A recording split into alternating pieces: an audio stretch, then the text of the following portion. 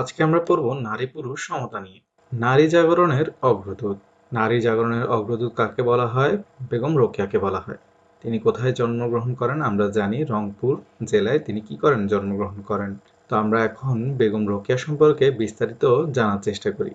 সমাজের প্রকৃত উন্নয়নের জন্য নারী পুরুষ উভয়ের ভূমিকা গুরুত্বপূর্ণ। নারী পুরুষের সমান অংশগ্রহণ এবং সমান অধিকার ভোগ করতে না পারলে দেশের উন্নয়ন বাধাগ্রস্ত হয়। এই প্রসঙ্গে কবি কাজী নজরুল ইসলাম বলেছেন, বিশ্বে যা কিছু মহান সৃষ্টি চিরকল্যাণকর, অর্ধেক তার করিয়াছে নারী, অর্ধেক তার নর। অর্থাৎ পৃথিবীতে যা কিছু মহান সৃষ্টি রয়েছে এবং কল্যাণকর সৃষ্টি রয়েছে, সেগুলোর অর্ধেক কে করেছে? নারী করেছে, আর অর্ধেক পুরুষ করেছে। বলা হচ্ছে, ভারতীয় উপমহাদেশে নারী অধিকার প্রতিষ্ঠায় সমাজকে সচেতন করতে অসামান্য অবদান কে রাখেন? বেগম রোকেয়া। তিনি কি মনে করতেন? তিনি মনে করতেন নারী পুরুষের মধ্যে বিভাজন নয়, বরং সহযোগিতা প্রয়োজন। নারী জাগরণের অগ্রদূত বেগম রোকেয়া কত সালে? 1880 সালের 9 ডিসেম্বর। কোথায়? রংপুরে জন্মগ্রহণ করেন। বেগম রোকেয়ার শিক্ষার প্রতি অসীম অনুরাগ ছিল। তিনি নারী শিক্ষা বিষয়ে সমাজে অসামান্য অবদান রাখেন। 1909 সালে তিনি ভাগলপুরে একটি বালিকা বিদ্যালয় প্রতিষ্ঠা করেন। বিদ্যালয়টি পরে কলকাতায় স্থানান্তর করা হয়। 1932 সালের 9 ডিসেম্বর এই মহিয়সী নারী মৃত্যুবরণ করেন। তিনি আজীবন কি করেছেন? তিনি আজীবন নারী শিক্ষার অগ্রগতির জন্য চেষ্টা চালিয়ে গেছেন।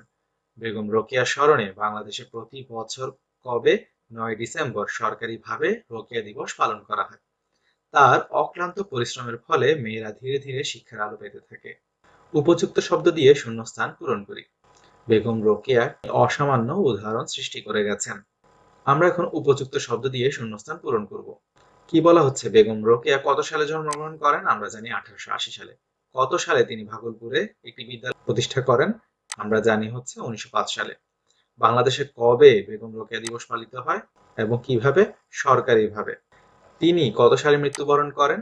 1932 সালে মৃত্যুবরণ করেন। আন্তর্জাতিক নারী দিবস। বিশ্বজুড়ে 8ই মার্চকে আন্তর্জাতিক নারী দিবস হিসাবে পালন করা হয়। কিভাবে নারী দিবস পালন করা শুরু হয়েছিল?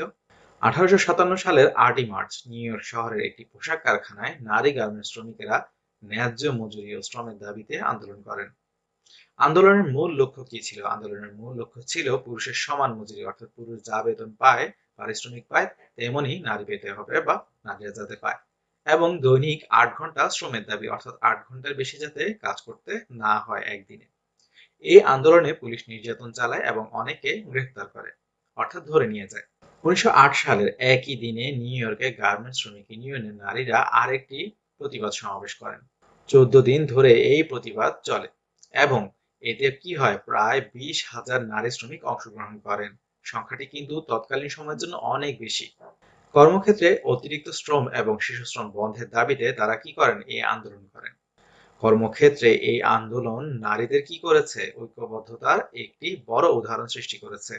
1910 সালে দ্বিতীয় আন্তর্জাতিক সমাজতান্ত্রিক সম্মেলনে জার্মান সমাজতান্ত্রিক ক্লারা জেটকিন নারীর ভোটাধিকার এবং একটি নারী দিবস ঘোষণার দাবি জানান। আর এর ফলে 1913 সালে রাশিয়ায় নারীরা ফেব্রুয়ারি মাসের শেষ রবিবার নারী দিবস হিসেবে পালন করে।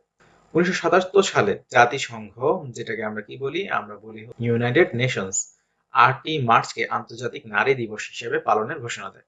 এই দিনটিতে নারীর অধিকার নিশ্চিত করা সহ নানা বিষয়ে সচেতনতা বাড়ানোর চেষ্টা করা হয়। সঠিক উত্তরের পাশে টিক চিহ্ন দিই। আন্তর্জাতিক নারী দিবস কারা প্রথম শুরু করেছিল? আমরা জানি নারী পোশাক শ্রমিকগণ। নারী নির্যাতন। বিশ্বে নারী পুরুষের সমতা প্রতিষ্ঠায় বিভিন্ন আন্তর্জাতিক সনদ ও নীতিমালা রয়েছে। এর উদ্দেশ্য হচ্ছে নারীর অধিকারকে মানবাধিকার হিসেবে স্বীকৃতি দেওয়া। কিন্তু প্রতিনিয়ত, অর্থাৎ সব সময় কি ঘটছে? নারী নির্যাতিত হচ্ছে, ফলে নারীর মানবাধিকার খর্ব হচ্ছে। অ্যামনেস্টি ইন্টারন্যাশনালের প্রতিবেদনে বিভিন্ন ধরনের নারী নির্যাতন সম্পর্কে জানা যায়। অ্যামনেস্টি ইন্টারন্যাশনাল কি? এমন একটি প্রতিষ্ঠান যারা কি করে? মানবাধিকার নিয়ে কাজ করে। যেমন নারীদের অ্যাসিড ছুঁড়ে মারা, যৌতুকের দাবিতে নির্যাতন ও হত্যা, ধর্মীয় অপরাধের কথা বলে অবৈধভাবে শাস্তি দেওয়া। যৌতুকের জন্য নারীরা নির্যাতিত হচ্ছে। এই কারণে সমাজে অনেকে নারীকে বোঝা হিসেবে গণ্য করে। অনেক ক্ষেত্রে পরিবারের বিনা অনুমতিতে মেয়েরা বাড়ির বাইরে যেতে পারে না বা কারোর সাথে মিশতে পারে না। এতে পরিবারের সুনাম নষ্ট হয়েছে বলে ধরে নেওয়া হয়। নারী নির্যাতনের কারণে মেয়েরা শিক্ষা, বাইরে কাজের দক্ষতা বা সুযোগে ক্ষতিগ্রস্ত হচ্ছে। নারী নির্যাতন প্রতিরোধে আমাদের সরকার কি করছে? সরকারের মহিলা ও শিশু বিষয়ক মন্ত্রণালয় এই বিষয় নিয়ে কাজ করছে। নিপীড়নের শিকার নারী ও শিশুদের চিকিৎসা সেবা, আইনি সহায়তা এবং প্রয়োজনীয় পরামর্শ সেবা প্রদান করছে। এছাড়াও নির্যাতন দমনের জন্য ২০১২ সালে জাতীয় নারী উন্নয়ন নীতি প্রবর্তন করা হয়েছে। তবে এই ধরনের নির্যাতন নিপীড়ন প্রতিরোধে সামাজিক মূল্যবোধের উন্নয়ন জরুরি। উপযুক্ত শব্দ দিয়ে শূন্যস্থান পূরণ করি। নারী নির্যাতন সম্পর্কে মানুষের দৃষ্টিভঙ্গি আমরা কিসের মাধ্যমে পরিবর্তন করতে পারি? সচেতনতার মাধ্যমে পরিবর্তন করতে পারি। এলোমেলো শব্দগুলো সঠিক ঘরে বসিয়ে ছকটি পূরণ করি। নারী নির্যাতনের কারণ, এর কারণ কি? শিক্ষার অভাব। এই সমাজে নারী নির্যাতনের প্রভাবে কি হতে পারে? মানসিক বিকাশ বাধাগ্রস্ত হতে পারে। সমাজে নারী নির্যাতনের প্রভাবে আরেকটি কি হতে পারে? নারী শারীরিকভাবে ক্ষতিগ্রস্ত হয়, নারী মানসিকভাবেও ক্ষতিগ্রস্ত হয়। আর নারী নির্যাতনের কারণ কি? দারিদ্রতা, বিভিন্ন কুসংস্কার এবং নিম্ন সামাজিক মর্যাদা। তাহলে এই অধ্যায়ে আমরা নারী জাগরণের অগ্রদূত বেগম রোকেয়া সম্পর্কে জানতে পারলাম, আন্তর্জাতিক নারী দিবস সম্পর্কে জানতে পারলাম, এর ইতিহাস সম্পর্কে জানতে পারলাম এবং নারী নির্যাতন সম্পর্কে একটু বিস্তারিত জানার চেষ্টা করেছি।